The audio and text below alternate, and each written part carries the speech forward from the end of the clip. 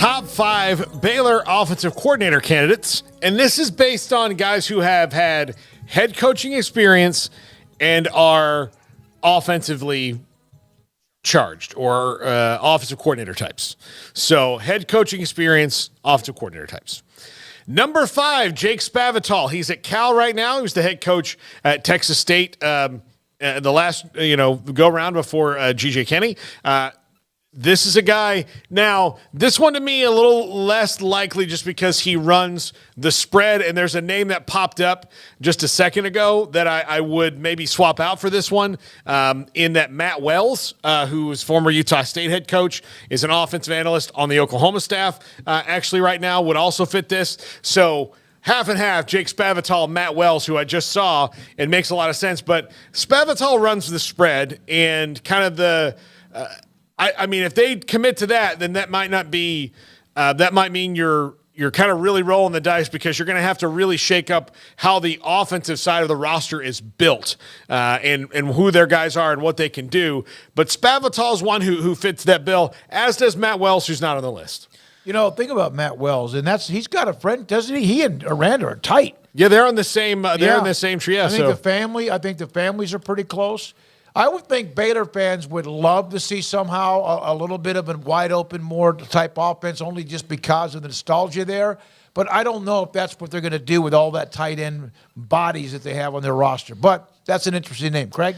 I mean, I think that's what they're going to have to do. Yeah. I mean, what offensive linemen are they going to go and get? If you got, I mean, like I think that if anything, with the amount of players they need, you're going to empty out that tight end room a little bit. Yeah. I don't think you need 8 tight ends in that room any longer without the Jeff Grimes offense. And you wonder if Dabney may be on his way out somewhere else if they don't secure him. Yeah. Probably. Or the NFL. I think it all depends on what kind of review he gets back. But, I mean, Jake Spavital is a name that makes sense. I mean, obviously he's been hot and cold.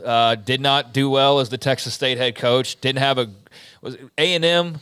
Was offensive coordinator there. But that wasn't like the height of his powers, I would say, either. No, but I think it was also like it was at the end of Sumlin's run, too. Yeah, he was on the upswing sort of then. And so it's been kind of hit or miss ever since then. But, I mean, yeah, he's a name that makes sense, especially if they want to open it up a little bit. I don't know that would be a favorite or that would be most people's first choice, but it's a name that you at least, I think, look around and look into if you're Dave Aranda. Yeah, I would, like, seeing the Matt Wells name pop up. Now, he's probably a candidate for the UTEP job, but I mean, Matt Wells, too. So we'll just throw that one out there. I want it here on the record that I did mention Matt Wells. So if that does happen, then I did mention it. Number 4, Darrell Dickey, former head coach at North Texas, former offensive coordinator at A&M. As a matter of fact, he was the offensive coordinator and tight ends coach just last year at A&M and then was let go, and they brought in Bobby Petrino. Never called plays for the Aggies, but certainly called plays at Memphis, at Texas State, a lot of places that he's been over his career. He's currently an analyst on the Georgia staff. Again, head coaching experience for a long time. He was the head coach at North Texas for 9 seasons, so he can maybe bring that in, and he's a well-thought-of offensive mind. So Darrell Dickey, one that fits that bill. Again, don't know his interest in the job or where it would overlap, but that's someone who to watch out for, and is actually a Texas native. He's born in Galveston. Yeah, that was a Jimbo hire not that long ago to run that offense, and that didn't work out very well. I don't know how that would play to the fan base, but a guy with a lot of experience and some Texas ties, as you said. Are Texas ties necessary? No, but I mean, I just think that's saying. Yeah, no, I'm just saying. For this job, you mean? Yeah. Hell no. I mean, unless you need somebody that has. Could be from the moon. It doesn't matter. Because, I mean, Baylor football has gone outside the state of Texas quite a bit. Yeah. Wondering the question of what y'all think as far as that goes. For I agree. I don't think it matters. I think you just need somebody who knows what they're doing, but that certainly doesn't hurt either. So, yeah, he's got that locality and obviously a pretty thorough background. So, yeah, that interesting name. Look, recruited some studs at A&M. I mean, so he knows where to go when it comes to the Texas high school. So that certainly helps. Number 3, Derek Dooley, currently an analyst on the Alabama staff. He's the head coach at Tennessee. He's been a play caller a lot of places. He's been a head coach at Louisiana Tech. He's been in the NFL. He was with the Cowboys for several seasons. And this one's interesting to me. I don't know if that would happen, but when you look around at guys, again, if the criteria is perhaps head coaching experience to be your offensive coordinator to kind of run that side of the ball, then Derek Dooley fits that bill. What system he would run, I have no idea, because he's kind of been, through a lot of different places and might have a completely different one now, but probably wouldn't be like your pure spread guy. Might be somewhere in the middle of all that.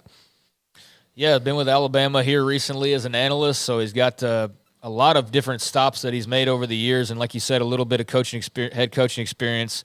Although we all try to forget the Tennessee part of that coaching experience, and that's, I think, the bad taste that he probably left in a lot of people's mouth. I know for me, that's what I still think of most times when I hear his name brought up, but that was a while ago at this point, a long time ago at this point. So, yeah, bring some of that Tide magic over. That would be great for Dave Aranda and the Baylor offense. Number 2. Major Applewhite, former head coach at Houston. He is now the offensive coordinator at South Alabama, and probably wrote their opus this year when he orchestrated or helped orchestrate that win over Oklahoma State, who's playing in the Big 12 title game. I'm not sure what's kind of happened to Major Applewhite and the buzz that was around him, but he has play calling experience. He probably runs an offense that's a little bit more in the middle of the spread in the wide zone.